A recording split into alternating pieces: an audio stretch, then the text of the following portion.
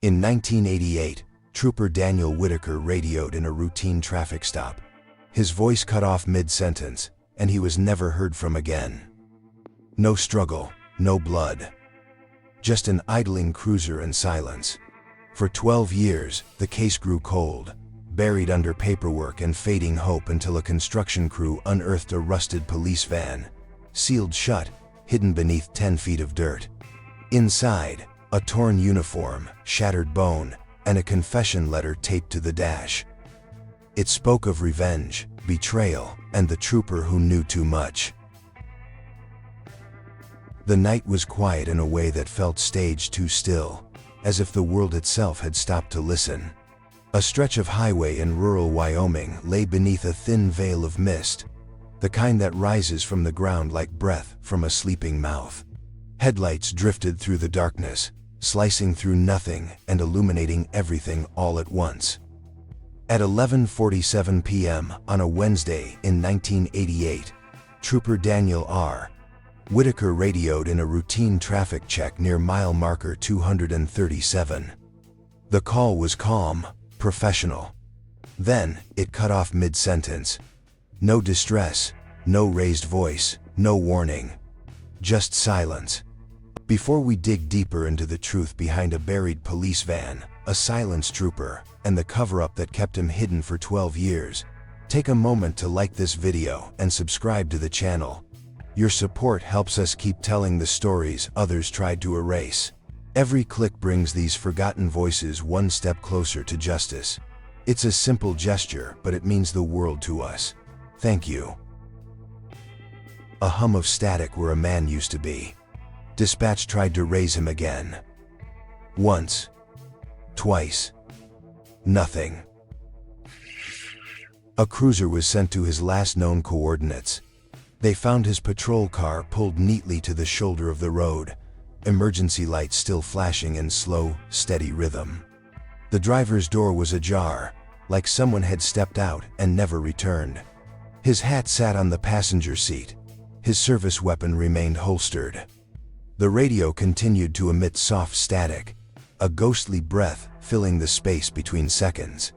No signs of struggle, no blood, no tracks, except for a few that led into the tall grass and stopped as abruptly as the radio call. Dogs picked up a faint scent, then lost it near the tree line. Helicopters circled overhead the next morning, their searchlights passing over acres of nothing. Volunteers combed through thickets and ravines. His photo was printed on flyers, posted in grocery stores, pinned to community boards. But the days passed. Then weeks, then years, and Daniel Whitaker remained missing. Not missing, as in misplaced. Missing, as in taken from the job, from the family who waited, from the life that had no reason to stop where it did. The road where his cruiser was found was renamed 5 years later, after budget cuts rerouted the highway. The original asphalt cracked under weeds and frost. Nature swallowed it whole. But if you stood there long enough, you could still hear it, the echo of a voice that ended mid-thought, the rustle of a uniform in the wind, the soft knock of a flashlight against an empty vehicle door. His disappearance became a local legend, a cautionary tale whispered in break rooms and bar corners. Parents told their kids not to linger too long near that stretch. Troopers Road, they called it, though it wasn't marked on any map. What haunted everyone most wasn't just the absence. It was the precision of it. How someone could vanish so cleanly, so instantly, with no trail, no sign, no error. The official report was clinical. Trooper Whitaker failed to respond to radio communications. But his wife, Linda, would sit on the porch every night for a year afterward, eyes on the road. Not waiting, watching. Because deep down, she didn't believe he'd left of his own accord. Something had taken him, something that knew how to hide. What's left behind in these stories isn't always physical. Sometimes, it's a question, lingering in the dark like fog just out of reach. What happened in those final seconds of the call? Who was on the other end of that roadside stop? And how does a man disappear into thin air, leaving nothing but a running car and a silence that refuses to fade? The search began before sunrise. By the time the first light broke through the horizon, casting a thin, bruised glow over the hills, the area surrounding mile marker 237 was already lined with patrol cars and search teams. The mist had thickened overnight, curling in tendrils along the treetops and settling low in the gullies like a held breath. It dulled the sound of boots on gravel, swallowed voices into the stillness. Everyone expected to find something. A shoe print, a torn piece of fabric, maybe even the trooper himself injured, confused, but alive. No one dared say otherwise. Not yet. They started with the obvious. The cruiser sat exactly where the GPS coordinates had placed it, still idling. The headlights were on, casting twin cones of light into the underbrush. The engine hummed steadily, unbothered by the absence of its driver. The driver's side door hung open, a dark rectangle in the early fog. On the passenger seat, Trooper Whitaker's hat, crisp and clean. His sidearm remained clipped at his hip, his flashlight untouched. The radio crackled faintly with dispatch updates and call signs, the same way it had the night before when his final words trailed into nothing. The K-9 unit arrived by mid-morning. The dogs were good trained, eager, experienced. They picked up a scent almost immediately, following a short trail from the car across the roadside ditch and into the field. But then, inexplicably, it ended, as if the earth itself had swallowed him. No signs of struggle, no disturbed ground, just the vanishing point of footprints that faded into mud and grass. Helicopters arrived shortly after noon. From the sky, the terrain looked like a chessboard of forest patches and fields, all soft green and brown in the early fall light. They searched the tree lines, the creek bed, an abandoned barn half a mile off the road. Nothing. No heat signature, no movement. The pilot circled lower once, hoping for a better angle, and later admitted he'd felt something odd about that stretch. Like flying over a place the air didn't want you to see. Fellow officers took to the woods on foot. They fanned out, called his name. Some shouted, some whispered, as if afraid to disturb something ancient and watching. These were hardened men, used to finding bodies in bad places, but this was different. There was no chaos, no blood, no broken branches or dropped gear, just quiet, and a strange, unrelenting sense that they were always one step behind something invisible. As dusk approached, the operation scaled up. State police, search and rescue volunteers, local hunters, they all came. Some brought lanterns, others used flares. The fog thickened again, settling into the valleys like a second skin. Radios cut in and out. One officer later claimed to hear footsteps pacing behind him through the brush, but when he turned, there was only mist and silence. By midnight, they called a temporary halt. It wasn't surrender, it was strategy. But the unspoken truth lingered in every exhausted face and every pair of boots muddied with effort. They were chasing a ghost. Whatever had happened to Trooper Daniel Whitaker had left no trace. Only the unnerving certainty that he had walked into the fog and never come out. The world moved on. Not all at once, not with a finality anyone could name, but slowly, quietly, until the absence of Trooper Daniel Whitaker became just another part of the landscape. In the early months after his disappearance, the case had been a fire. It burned in headlines, ignited late-night news reports, drew curious strangers and reporters to the edges of the highway where his cruiser had been found. There were vigils held in the high school gymnasium, candle flames flickering like searchlights. The department released public appeals, and tip lines buzzed with false sightings and hopeful misdirections. But like all fires, it eventually dwindled to embers. By 1990, the search had shifted to paperwork. The boots were pulled from the mud. Helicopters went silent. Case files were cataloged and boxed, labeled with case numbers instead of names.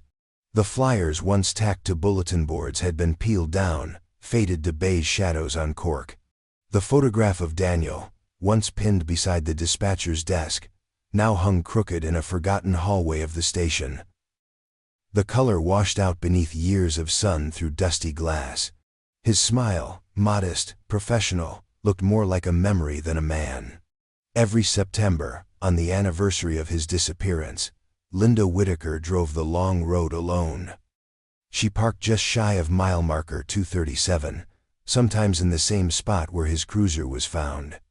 She brought a bouquet white lilies, always, and a sealed envelope. The notes were brief, some years, only a sentence. Other times, pages. She never read them aloud, and she never looked back once she placed them at the roadside. She didn't expect answers anymore. But she needed the ritual. The act of remembering him in the place where the world had forgotten. Their daughter, Mara, only 6 when he vanished, grew into her teenage years surrounded by the silence that followed him. She learned to ask careful questions, ones that wouldn't make her mother's voice falter or her eyes drift toward the porch window. At school, when assignments asked for family trees or childhood memories, she kept her answers brief. "My dad was a state trooper," she would write. "He went missing." No one ever asked more. The adults knew better, and the kids sensed a kind of sacred distance around her, an invisible fence of grief. Inside the department, the case became harder to hold on to. Detectives retired, were reassigned, or passed away. The box labeled Whitaker, D grew heavier with dust. Notes paper clipped together began to yellow, their ink bleeding at the edges. A few eager rookies reopened the file over the years, hoping for something a detail missed, a lead ignored, but each time they came up empty. There were no suspects, no motive, not even a single verified witness. Just a man who had radioed in, then vanished before his sentence could finish. Time, they say, erodes all things. But with Daniel Whitaker, it wasn't erosion, it was concealment. Like someone had taken great care not just to make him disappear, but to scrub every trace of where he had gone. Even in conversation, his name became rare, spoken only in hushed tones or remembered after long silences. It wasn't that people forgot. It was that they learned to carry the story like a bruise. Always felt, seldom touched. And so the years passed. Not quickly, but steadily. Each one folding the case further into the margins of official memory. Until, by the late 92nd, his disappearance was no longer an active file, but a ghost story that lived between patrol shifts and late-night drives, murmured only when the fog rolled in thick, and the road to mile marker 237 felt longer than it should. It began with the grind of steel against steel, unexpected, jarring, out of place among the familiar groan of machinery and the damp churn of disturbed earth. The construction site, just outside the sleepy edge of Lincoln County, had been little more than a forgotten patch of overgrowth nestled beside a long-dead quarry. Plans were simple: clear the land, level the terrain, pour foundations. Subdivisions were coming, they said. New homes, clean sidewalks, quiet streets. A future built on top of what everyone thought was nothing. But that morning in late August, 2000, something beneath the soil disagreed. The backhoe operator felt at first a sudden resistance, dull and solid, like biting down on bone. At first, he assumed it was rock. The ground near the quarry was unpredictable, studded with limestone and rusted debris from decades-old mining efforts. He repositioned, angled the machine again. The second impact echoed louder, more deliberate. A deep metallic thud. He killed the engine, called his foreman, and together they dug with hand tools, peeling back the layers of mud and clay as if uncovering a grave. Within an hour, they had exposed a corner of what looked unmistakably like a roof, curved, caved inward, painted once in white, now flaking away to rust. The shape was wrong for a standard vehicle, too boxy, too uniform. As more soil came free, it became clear they had found a van, buried intentionally. Compressed by weight and time, the authorities were called. The crew was moved off-site. Yellow tape went up around the perimeter, fluttering in the breeze like nervous hands. Deputies arrived first, then the state police. A forensic team from Cheyenne was dispatched, their van pulling up beside the yawning hole in the ground. Cameras clicked. Notes were scribbled. Questions formed and were left unanswered. When they fully unearthed it, the van sat in the earth like a fossil, cocooned in roots and compacted silt. The wheels were warped. The windows shattered inward. The doors, though partially rusted, showed signs of tampering scratches along the seams, metal welded over the locks. The back doors were fused shut. It had not been lost to accident or time. It had been hidden, buried with purpose. The strangest detail came when one of the officers, brushing away layers of grime near the front bumper, revealed faded lettering beneath the rust. A set of numbers, a unit designation, a name long since stripped from the registry. It was a police transport van. The implications moved through the gathered team like a chill. This was no quarry relic. It didn't belong to the mining operation. And when the serial numbers were matched later that week to vehicle records, they found something more troubling. This particular van had been officially decommissioned and listed as scrapped in 1989. It should have never been anywhere near the quarry. It should have never been anywhere at all. Word spread fast, but not wide. Authorities kept the site quiet, citing historical recovery in their statements. But in whispered circles among older officers and those who still remembered the name Daniel Whitaker, a different kind of murmur began. A question not spoken aloud, but shared in glances and long silences. What if this wasn't just a van? What if this was the missing piece of something left buried far longer than 10 feet of dirt could explain? The soil, it seemed, had been speaking all along. It had simply taken 12 years for someone to finally listen. They brought in a flatbed to extract it. The unearthed van rose from the ground slowly, caked in dirt, crowned with moss and years of subterranean decay. A machine pulled upward while silence fell across the onlookers. Construction workers turned witnesses, deputies turned pale. No one said it aloud, but all of them understood. This wasn't just forgotten machinery. This was deliberate. Someone had taken the time, the effort, and the knowledge to hide a vehicle meant to serve the public behind layers of earth. The question now, heavy and unspoken, was why? Once cleaned enough to reveal its features, the van's identity became clearer. The color, though dulled, was regulation white. The remnants of a badge insignia clung to the side panel, most of it stripped by time but still recognizable to those who knew what to look for.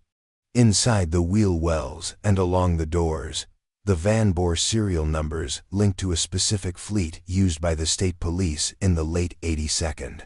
Further inspection revealed records. This van had been officially removed from inventory in April 1989. It had been logged as decommissioned, stripped for parts, and eventually destroyed. But no paperwork confirmed its destruction. Just a form, just an assumption. The back doors were welded shut with crude seams, jagged, hurried. The metal warped under pressure and rust. Forensic teams noted this first. Whoever sealed it hadn't intended for it to be reopened. Not easily. The roof was partially collapsed, as if something heavy had been dropped or driven over it post-burial. Yet the tires, though deflated, were intact. The frame, though buckled, still bore its weight. It had been preserved by the cold soil, like something interred. The front doors wouldn't open at first.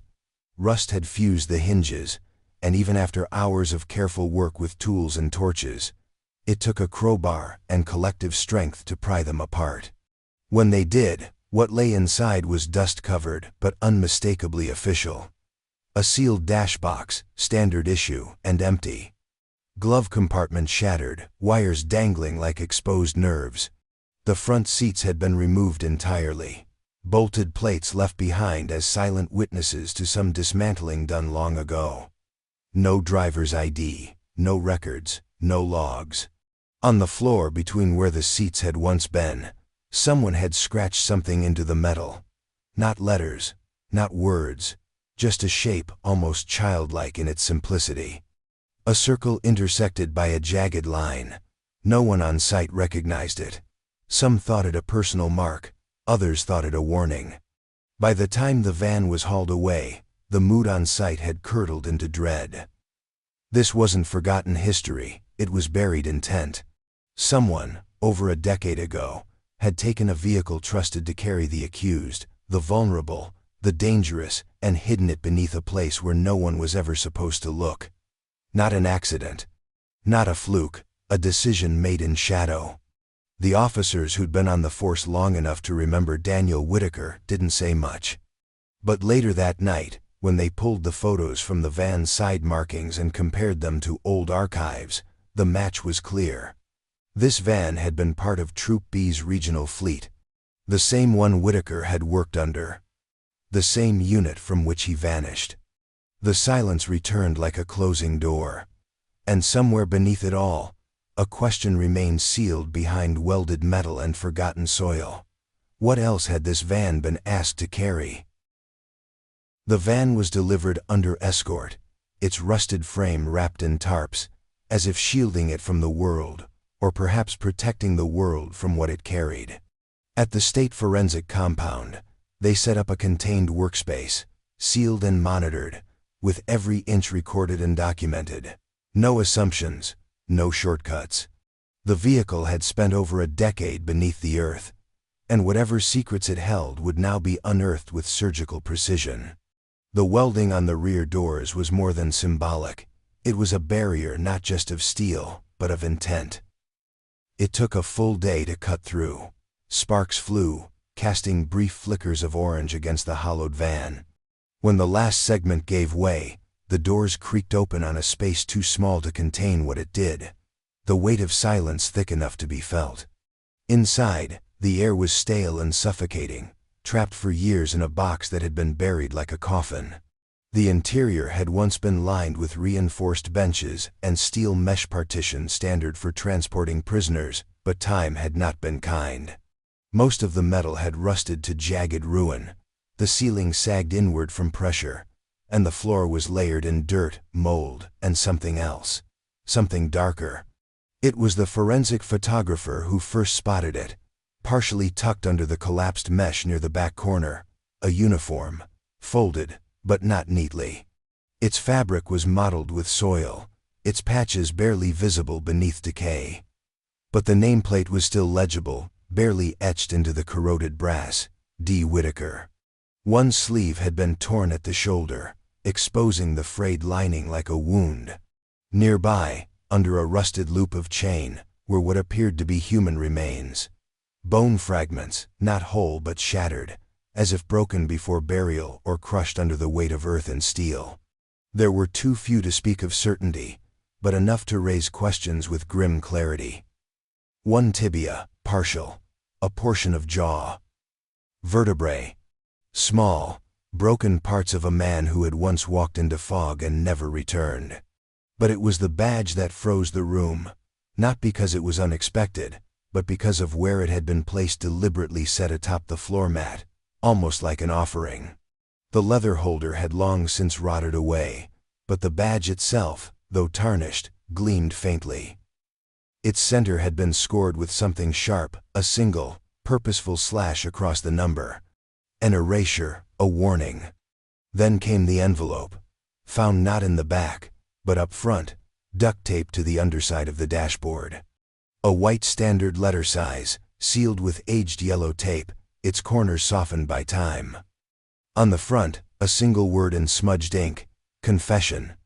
It was handed off carefully, gloves changing from one investigator to another. Inside the lab, under sterile light, it was opened.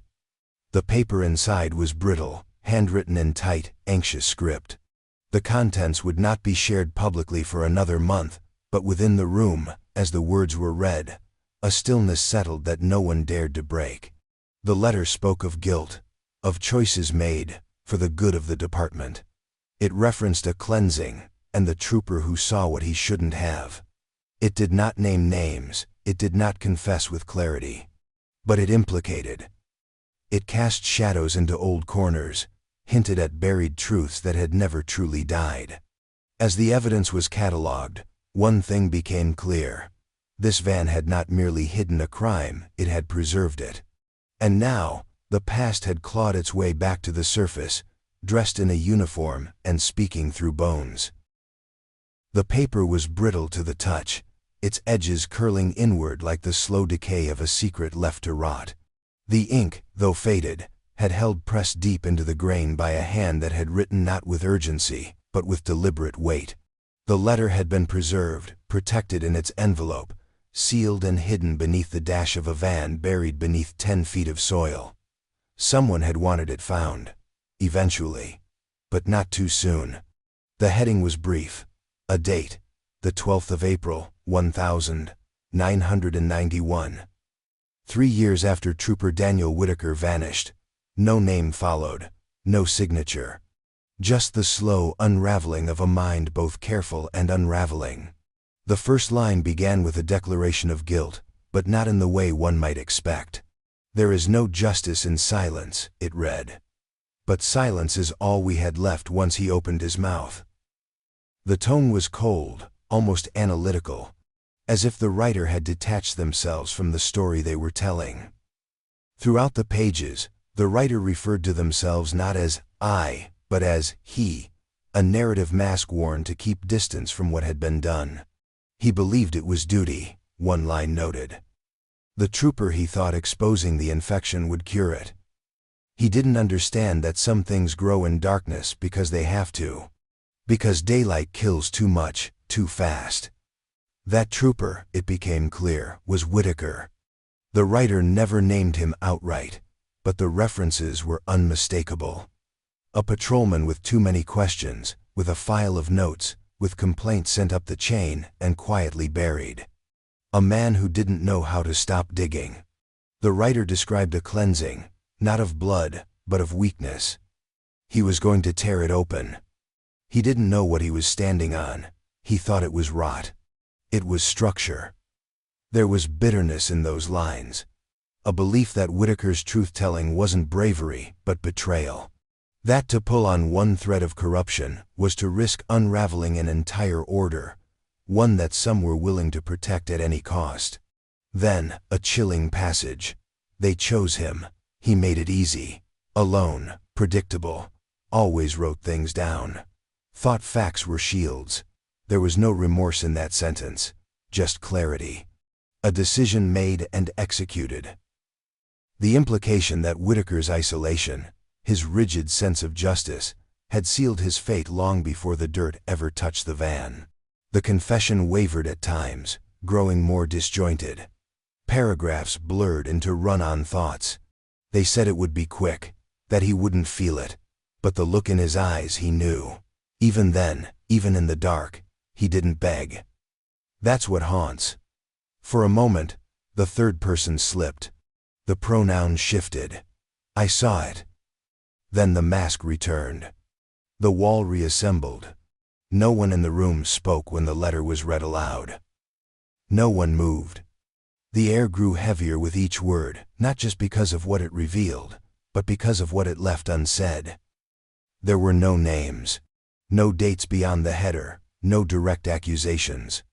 But the implications curled around the room like smoke. It should not have existed. There were no records of any internal confessions related to the disappearance. No such letter was ever logged, reported, or leaked. Whoever wrote it had kept it hidden with care. Had buried it not just physically, but bureaucratically tucked away in a vehicle marked as destroyed, sealed in rust and silence. And yet here it was. A voice from beneath the earth, telling a story the system had spent 12 years trying to forget. A story that didn't answer questions as much as it multiplied them. A story of guilt without repentance, of justice twisted into something cruel, of a man who vanished not by accident, but by design.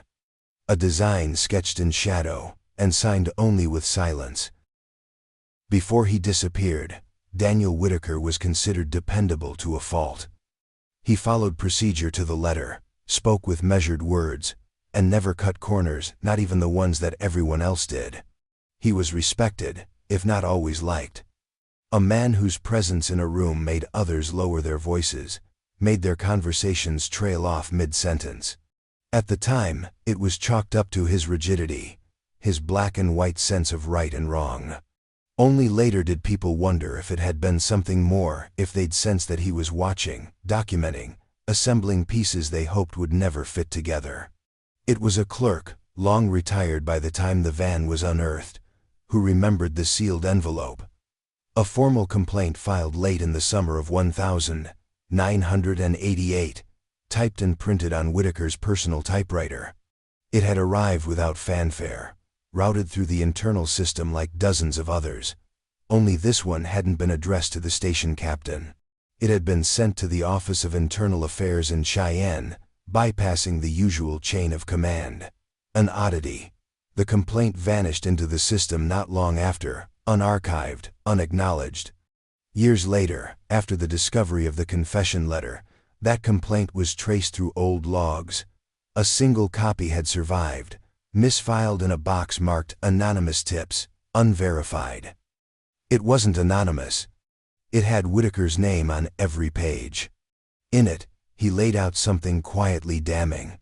A pattern of unmarked vehicles crossing the border at odd hours, routes that skipped way stations, tags that returned as expired but never triggered citations. Troopers would report plate numbers, but no follow-up would come. Surveillance logs were overwritten. Dashcam footage went missing. And then there were the names, never accusatory, but present in his notes.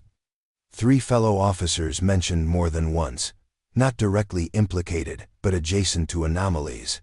One of them had been Whitaker's direct supervisor. His suspicions were never framed as accusations. That wasn't his way. The tone of the report was clinical, almost cautious. He didn't say there was corruption. He said there were questions. That he feared a gap in oversight. That he had begun noticing inconsistencies in route logs, equipment inventories, and most notably, seized evidence reports. Narcotics logged one day, untraceable the next. A vehicle impounded and then vanished without auction or destruction. All in the margins, all small, but not to him. He ended the complaint with a request, a formal review of patrol routing practices near the Wyoming-Montana border. He cited traffic volume shifts, frequency of unscheduled stops, and the increasing number of incidental encounters with out-of-state haulers. "I believe," he wrote, "we are missing something organized, intentional, and possibly internal." There was no response. No investigation followed. A week later, Whitaker was seen leaving the station with a manila folder under his arm. He told no one where he was going. That night, he made his final radio transmission. Later testimony from an old patrol mechanic added another layer.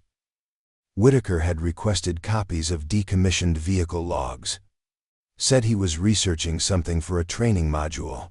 The request wasn't suspicious at the time, but after the van was found, it stood out like a bruise. Daniel hadn't been just doing his job. He had been digging quietly, methodically, and too close to something someone wanted left buried. What he found, or what he was about to find, never made it to daylight. But the fact that he filed the report at all sealed something in place.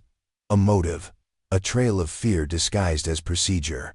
And perhaps, a decision made by someone watching from the shadows, who decided the safest place for a man like Whitaker was 10 feet underground. The patterns didn't leap off the page. They revealed themselves slowly, buried beneath layers of personnel records, land deeds, and faded disciplinary files. At first, the connections seemed circumstantial, just the kind of coincidence that lingers uncomfortably at the edge of conspiracy, but doesn't quite cross the line.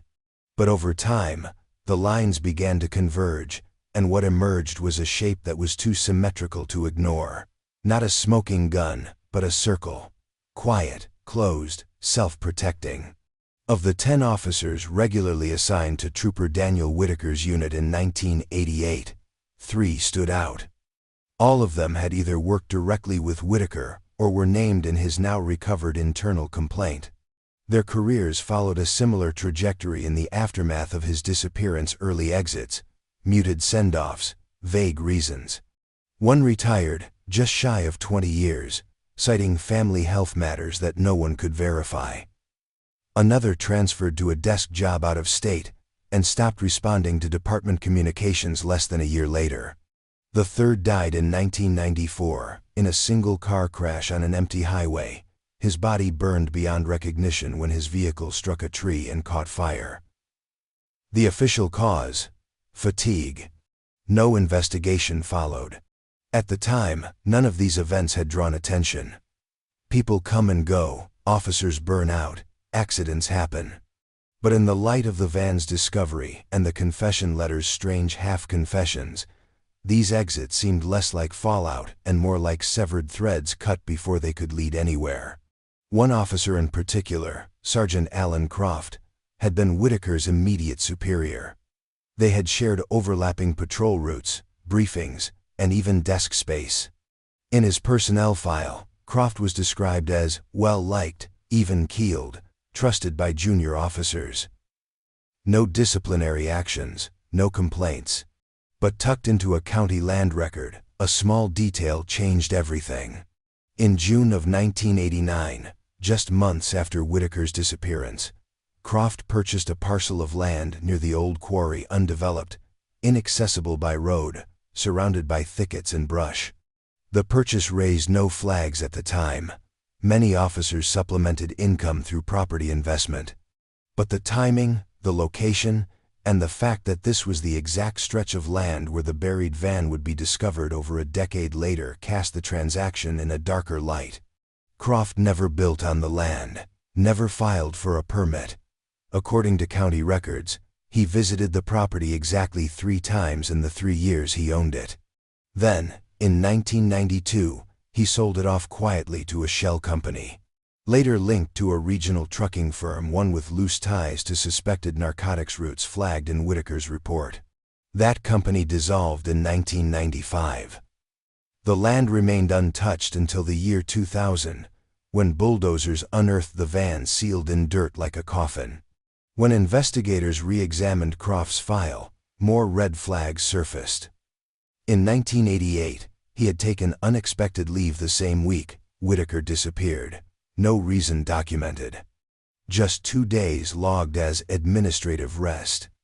He returned without explanation, and no one questioned it.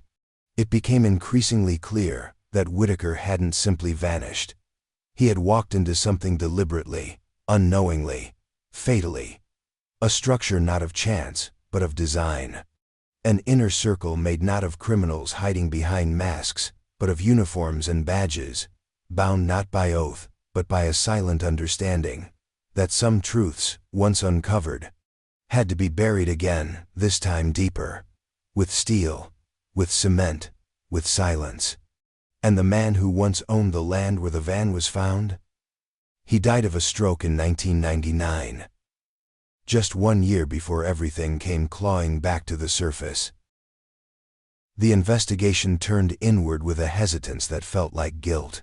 For over a decade, the disappearance of Trooper Daniel Whitaker had been an open wound covered with a bandage labeled unsolved. The kind of case that departments quietly mourn but never properly confront. But now, with bones pulled from the earth and a confession letter whispering about secrets kept under badges, the pressure to answer long-buried questions grew too loud to ignore. The line between truth and protection, the so-called blue line, had begun to fracture. The state assigned a special investigative task force, comprised of external auditors, forensic archivists, and a handful of officers too new to the force to carry its old loyalties.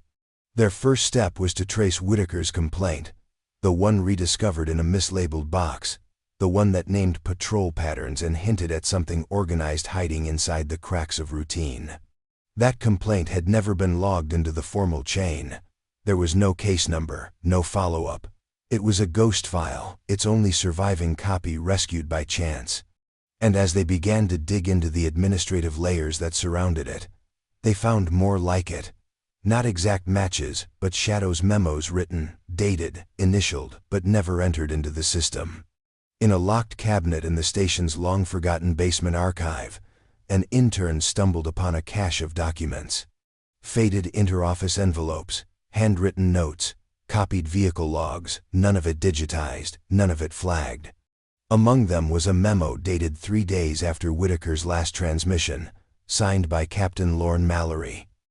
The note was short, firm, and directed to the Office of Internal Affairs. It stated that the department was handling a personnel disappearance internally, and that no external investigation was necessary at this time. Captain Mallory had been a respected figure during his tenure, known for his calm under pressure, his no-nonsense command style, and his deep loyalty to the men under his watch. He retired in 1993, just 5 years after Whitaker's disappearance, and had since moved out of state. Interviews with former staff painted him as protective, perhaps too much so. One former administrative aide recalled shredding documents at his instruction, though she couldn't say what they were. Another officer remembered being warned not to mention Whitaker's name in front of brass, especially during recruitment briefings. "It stirs the wrong questions," Mallory had said. The deeper the investigators dug, the more the rot spread. Evidence room logs showed GAPS items signed in but never signed out. Narcotics weighed one day and reported lighter the next. A patrol logbook was discovered missing 32 consecutive entries. No explanation. No recovery. A clerical error, they were told. But the same pattern appeared elsewhere. Incident reports partially filled, transfer requests never processed, cruiser mileage logs that didn't match known patrol routes. Nothing explosive on its own, but collectively damning. At the heart of it all was a culture built on silence, an understanding that what happened inside the department stayed inside. A dozen retired officers were contacted. Most refused interviews. One agreed, under condition of anonymity. He spoke slowly, deliberately, his voice thick with resignation. Everyone knew Whitaker was asking the wrong questions, he said. The kind that don't just make enemies, they make ghosts. By the end of the first month, the task force had opened a second investigation, this time not into Whitaker's death, but into his department's life. What kind of system lets a man disappear on duty, lets his uniform be buried with him in a welded-shut van, and then files away his warnings like misplaced memos? The answer wasn't buried in some shallow grave. It was living history, stitched into the very foundation of the station walls. And now, for the first time in over a decade, those walls were beginning to crack. The van had rested beneath the earth for more than a decade, shielded from sun and rain by layers of compacted soil and silence. It had not been an accidental burial. Forensics revealed that much immediately. The dirt surrounding the vehicle was tightly compressed, the layers undisturbed since their placement, as if pressed down deliberately and never touched again. The weight of time had done the rest, but it was the soil composition itself that told a more specific story, a tale written in sediment and pressure. By analyzing plant root growth, insect activity, and soil stratification, the forensic team was able to date the burial to early 1989. Months after Daniel Whitaker had disappeared, months after the van had been marked as decommissioned and supposedly scrapped, the timeline didn't lie.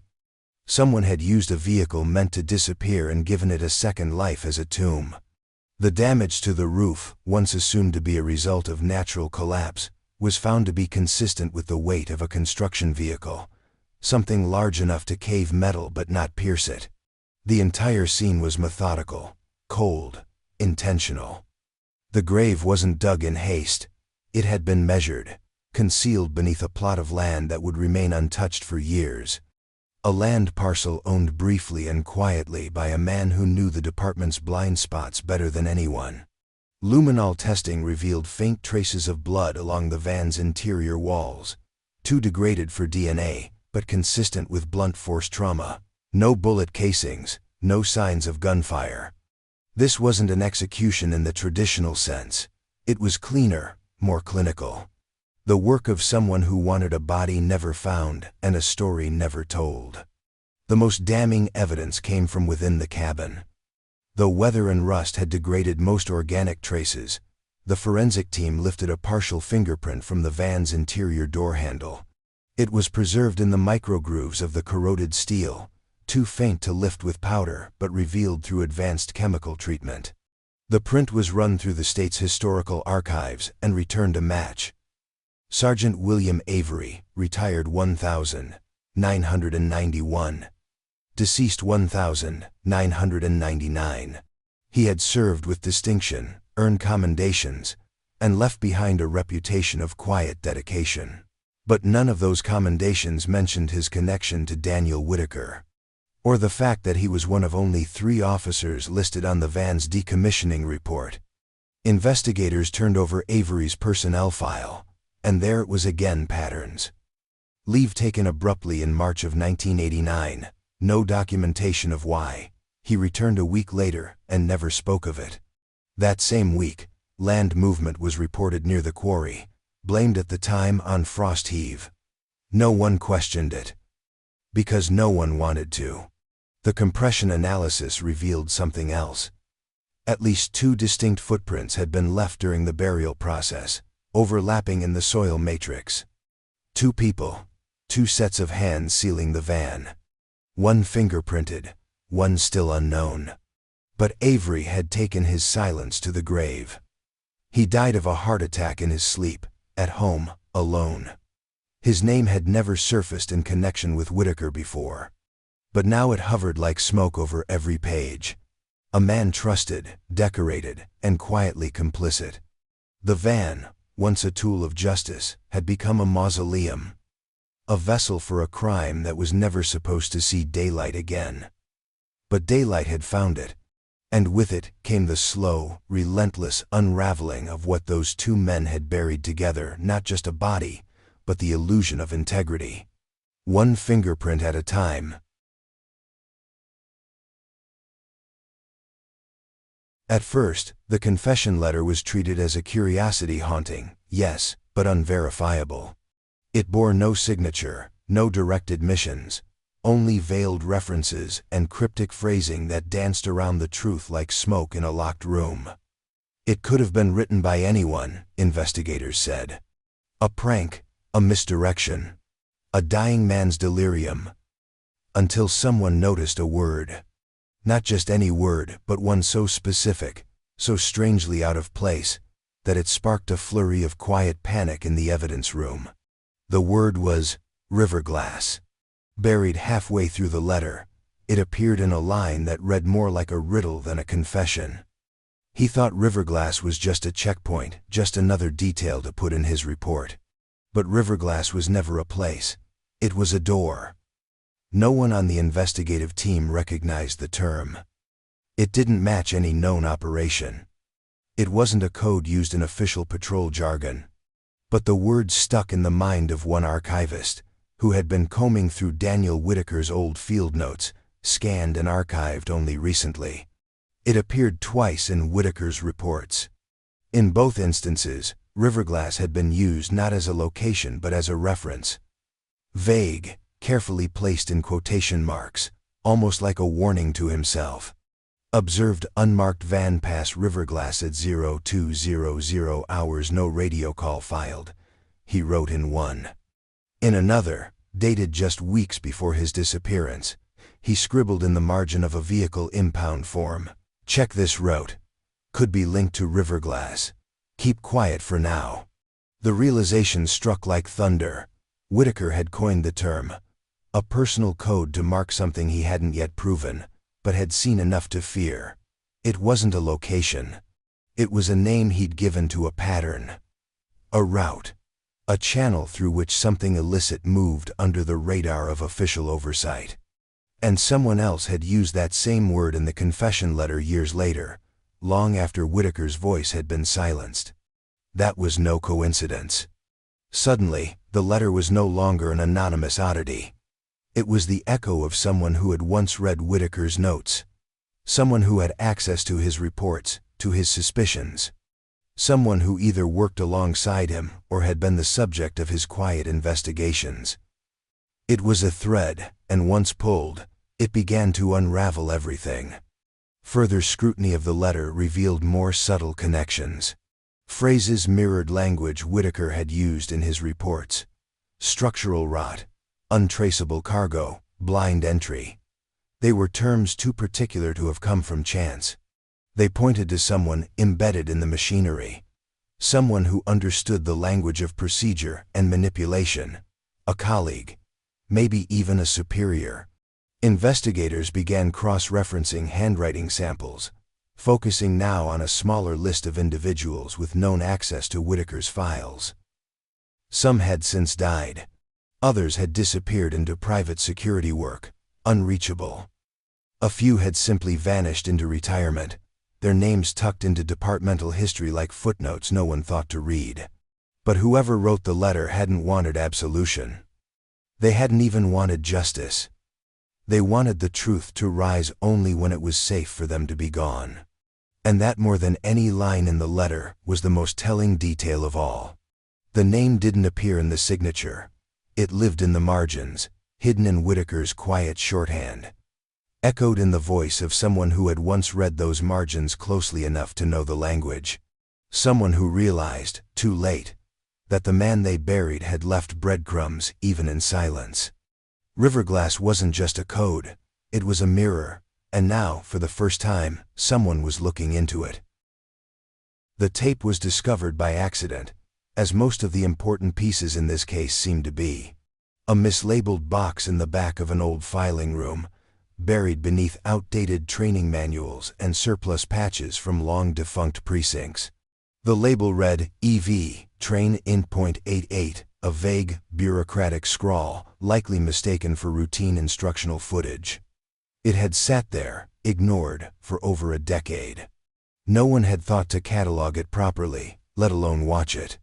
But when a forensic archivist, working through an initiative to digitize old analog evidence, slid it into a dusty VCR, the screen flickered to life with something entirely unexpected. The footage was grainy, washed in the sepia tones of aged magnetic tape. It began with a familiar tone, the low hum of a cruiser engine and the jittery movement of a handheld camera. The voice of the interviewer, young, informal, explained that this was part of a ride-along series meant to capture the day-to-day realities of patrol life. Training footage for new recruits. Informal, unscripted, forgettable. Except for the man in the passenger seat. It was Trooper Daniel Whitaker. He looked tired but alert, his posture rigid, hands folded neatly in his lap. He spoke in clipped sentences, occasionally glancing toward the road or the camera. His voice was calm, but there was something behind it, an edge, a weight pressing against his words. He talked about shift rotations, patrol routes, the importance of reading small details in a traffic stop. He did not smile. The timestamp in the corner of the footage placed it just 6 weeks before he vanished. For nearly 20 minutes, the video unfolded like a time capsule. Routine questions, standard answers. Then came a moment that didn't belong. As the cruiser pulled into a remote shoulder to switch drivers, the camera turned, catching an unscripted exchange. Whitaker stepped out, adjusting his utility belt. He was speaking to someone off-screen, voice partially muffled by distance and wind. But the mic on the camera caught fragments. They were back on the East Run, same ones, third night this week. A pause. I logged it, quietly. Another pause. Yeah, I know. That's why I didn't flag it. The tone was hushed, almost conspiratorial. The camera operator didn't react, perhaps unaware of the significance. But the voice Whitaker was speaking to, a deep, familiar cadence, was captured clearly enough to be isolated in post. Audio forensics ran a match. The voice belonged to Sergeant William Avery. The same Avery whose fingerprint had been found on the buried van's interior handle. The same man who took leave the week after Whitaker vanished. The same man who purchased the land next to the quarry and sold it without explanation 3 years later. And now, his voice was captured on tape, speaking with Whitaker in what could only be described as an uncomfortable familiarity. The conversation was short, the rest inaudible. But in that brief moment, the nature of their relationship shifted. This wasn't a casual conversation between colleagues. This was a warning, exchanged in a space no one was supposed to record. It revealed that Whitaker wasn't just investigating from the outside. He had been circling something inside the department, and he had been closer to it than anyone realized. The tape was immediately classified as critical evidence. It was the last known moving image of Daniel Whitaker, caught in the periphery of a mundane training exercise, a flicker of history wrapped in static. He would vanish just weeks later. But what the tape truly offered wasn't visual. It was audible. A trace of a conversation that was never meant to survive. A moment of reckoning, now resurrected by the same system that had once buried it. A final ghost, captured in magnetic hum, waiting years in silence to be heard. For over a decade, Linda Whitaker had remained in the shadows of her husband's absence. She never granted interviews. She never issued public statements. She had sat through the inquiries, the briefings, the vigils with her lips closed and her hands folded in her lap, wearing the silence like a mourning veil. People assumed it was grief, the hollow kind that demands retreat. But they didn't know what she carried. Not until the day she walked into the county investigator's office with a small, leather-bound journal pressed to her chest like something living. It was Daniel's MMM. She recognized the weight of it immediately the night she found it, tucked between old uniforms and forgotten photo albums in a box marked Tools, Garage.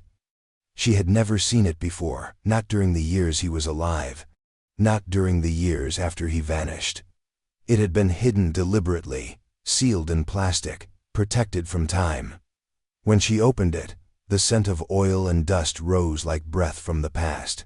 And inside, in his unmistakable blocky handwriting, was everything he had never said out loud. The journal was not a diary. There were no reflections, no emotional confessions. It was a ledger, tight columns of dates, plate numbers, and cryptic notes. Observations of vehicles traveling the same backroads at odd hours. Cross-referenced badge numbers. Repeated mentions of a route he called R-Glass, shorthand for the same code word investigators had recently uncovered in his reports and the confession letter. Linda hadn't known what that meant, not then. But now, she realized he had been keeping track of something that frightened him enough to keep it out of official records. In the center of the book, wedged between 2 pages of scribbled license plates, was a folded sheet of notebook paper, a map, hand-drawn, crude but deliberate.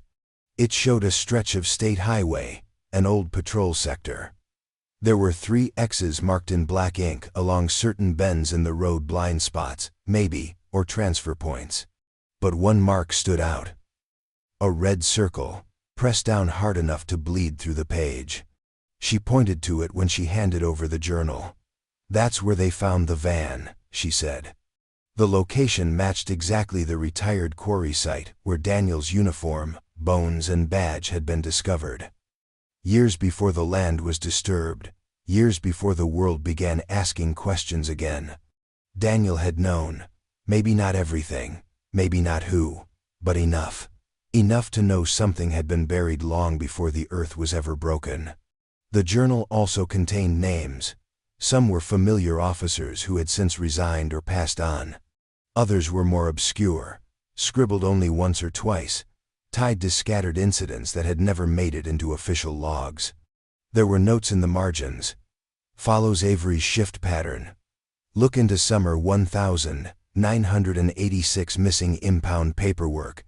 Asked too many questions, pulled back. Each entry read like the ticking of a clock winding toward an inevitable conclusion. Daniel hadn't stumbled into danger. He had walked toward it with open eyes, hoping evidence would save him. But evidence, it seemed, was only safe if someone was willing to listen. No one had.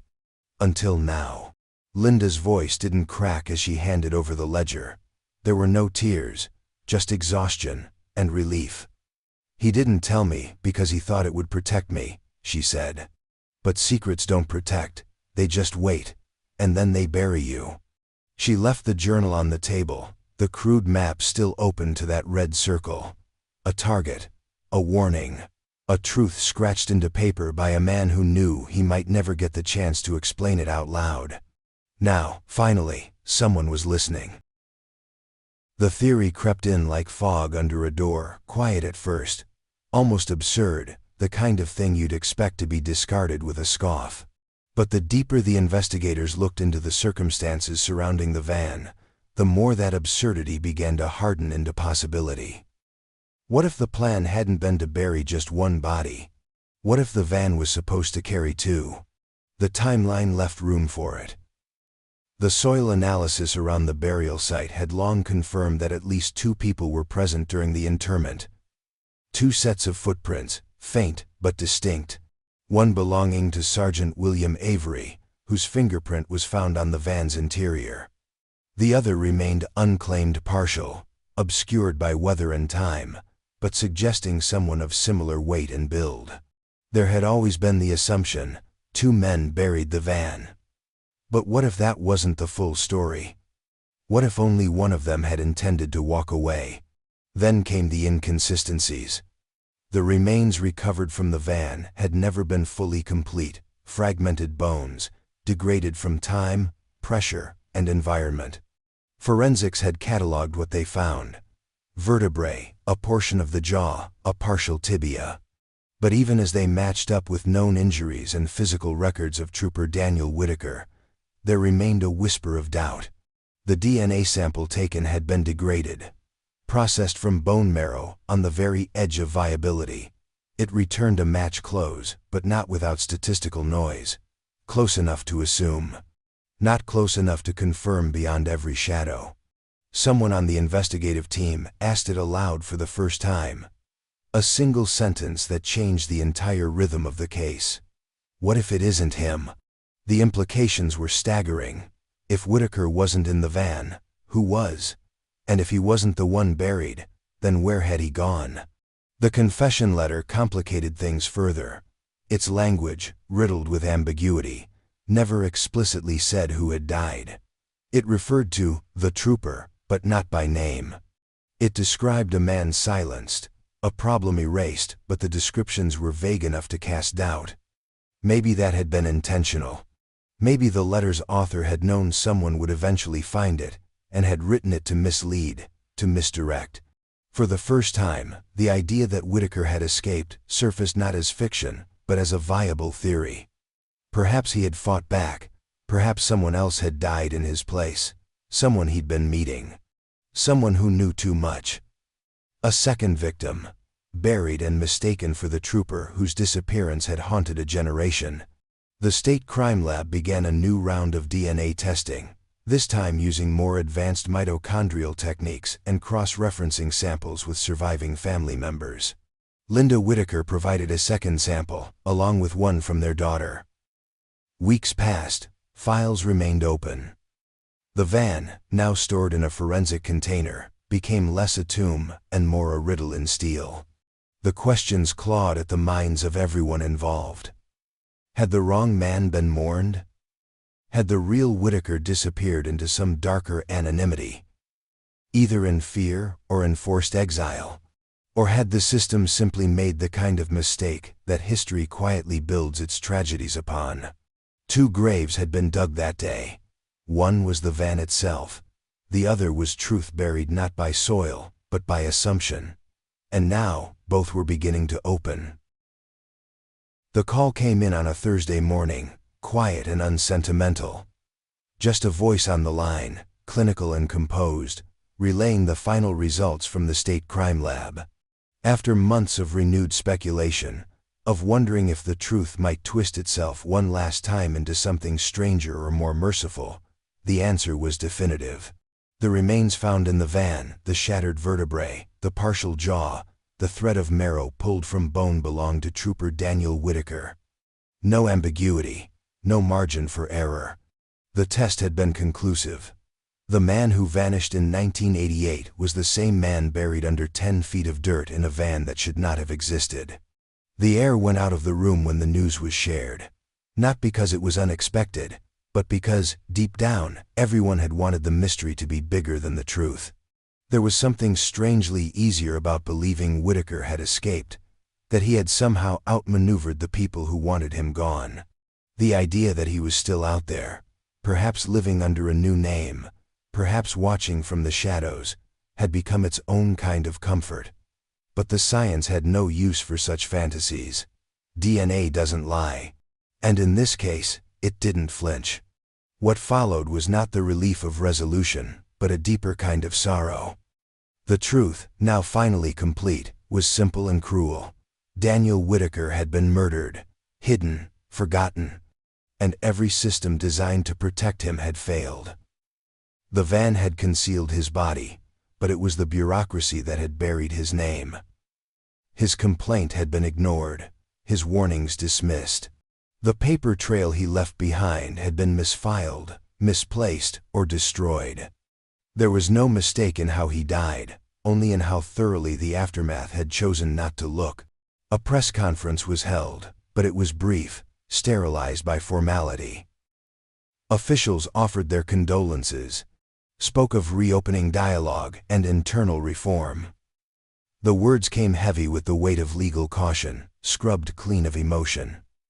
There were no admissions of guilt, no arrests. The man whose fingerprint had been found in the van, Sergeant Avery, was long dead. Others named in Whitaker's journal had either retired or passed on. Some remained silent, some denied everything. None were charged. Linda Whitaker sat at the back of the room, her face expressionless, her hands folded tightly in her lap. She did not speak. Her silence echoed louder than any official statement. She had known this ending long before the evidence had confirmed it, not because she had seen the van, or the bones, or the badge, but because she had known her husband. She had seen the weight he carried in the weeks before he vanished. The fear tucked behind his eyes, the way he triple-checked door locks, how he whispered into the phone when no one else was home. He had known what was coming. And still, he didn't run. In the final page of his ledger, wedged between notes and dates, there was a single line written not in code, but in plain, shaking script. If they find this, it means I didn't make it out. And then, beneath it, almost as an afterthought, tell the truth, even if they don't want it. Now, decades later, the truth had been told. But it came too late to save him. The road he died on had been repaved. The men who failed him had walked away untouched. His memory, for years reduced to rumor and myth, was finally given back its name. Not by the system he served, but by the silence he left behind, and the people who finally chose to listen to it. The inquiry was not built for catharsis. It unfolded like a slow, grinding machine. Weeks of testimony, cross-examinations, exhibits, timelines, policy documents stacked high like barricades against the plain human truth beneath them. Yet people came, packed into the sterile chambers of a government building that echoed too much and comforted too little. The families, the reporters, the former colleagues, all sat shoulder to shoulder as the walls of a long complicit silence began to crack. They called it a review into procedural accountability and officer conduct related to the disappearance of Trooper Daniel Whitaker. A title so bureaucratically polished it almost masked the blood underneath. But no one attending mistook it for anything less than what it was, a reckoning. Linda Whitaker took the stand with quiet dignity. Her voice did not tremble. She read from a prepared statement, a single page folded neatly in her hand. She spoke not of blame, but of erosion. How a system eroded the trust of a man who wanted only to do right. How it eroded the truth by misplacing it. How it eroded her daughter's faith in the world by burying her father without a grave. She ended with one sentence, her eyes locked on the panel of lawmakers seated before her. If silence is what protects corruption, then you've taught every officer watching this that honesty is a death sentence. Other families followed, wives of officers who'd been forced out for asking too many questions.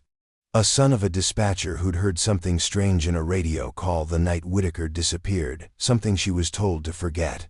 Former colleagues admitted that rumors had circulated for years, quietly exchanged in locker rooms and night shifts. Some of those rumors, it seemed, had been warnings in disguise.